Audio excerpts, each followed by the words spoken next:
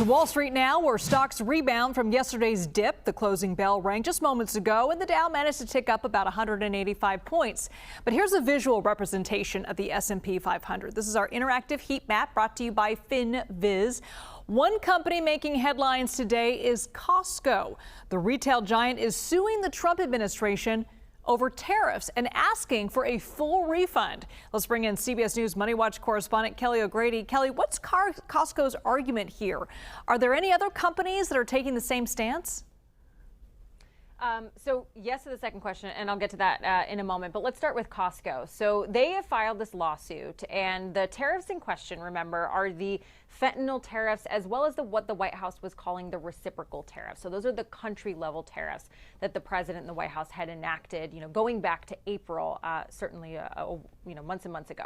Now, the case before the Supreme Court that we are still waiting a decision on is determining the legality of those specific tariffs, not the sector tariffs like on aluminum and steel, but those fentanyl and reciprocal tariffs. And so Costco has filed this suit because they are concerned that even in the case where the Supreme Court rules that those tariffs are unlawful, that the president didn't have the power to put those in place, and that power actually lies with Congress, Costco is concerned that they aren't going to get the money that they paid refunded. That would be something that would be talked about before, that all of those businesses would get that money back. And so there is a date that's coming up, December 15th, where a number of the courts, lower courts that have looked at this case that ultimately made its way up to the Supreme Court, that have said, these companies that are waiting for money back in the case that they are ruled unlawful may not actually see that money. So Costco has filed this case in order to try and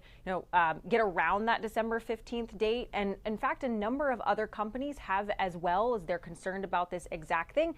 And then, of course, more broadly, we know that Supreme Court case was originally filed by a number of companies that were concerned about the legality of those tariffs. All right, Kelly, I want to talk about another headline I know you're following today. President Donald Trump's so-called Trump accounts for kids just got a very hefty investment.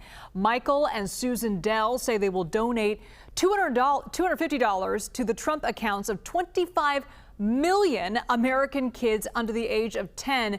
That adds up to about $6.25 billion. It's a big investment. Now, in an interview on CBS Mornings, the Dells said the goal is to help jumpstart kids' futures. Let's take a look at that. When a child has an account like this, even with a modest sum, it really improves their outlook on life, and they're more likely to graduate from high school and college and buy a home, start a business, start a family, become productive members of society. Kelly, how much would that $250 investment be worth by the time the child turns 18? I mean, how significant is this investment, this donation? So most analysts are saying that this is not going to be hugely significant. You're not going to be able to turn 18 and then go out and buy a house with that money, right? Because $250, it's going to accrue money over time. It's also going to depend on the interest rate that you would accrue and sort of where it's invested, right? But this also dovetails into the Trump accounts announcement that was mentioned today. That's going to be $1,000. Specifically, that number, if no extra donations or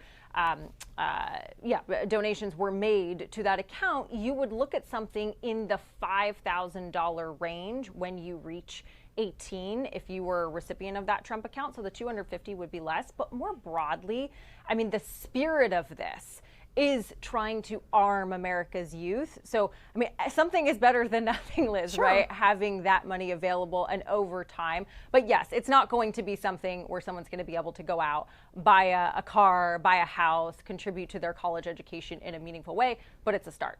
Yeah, every little bit helps. Kelly O'Grady, thanks so much.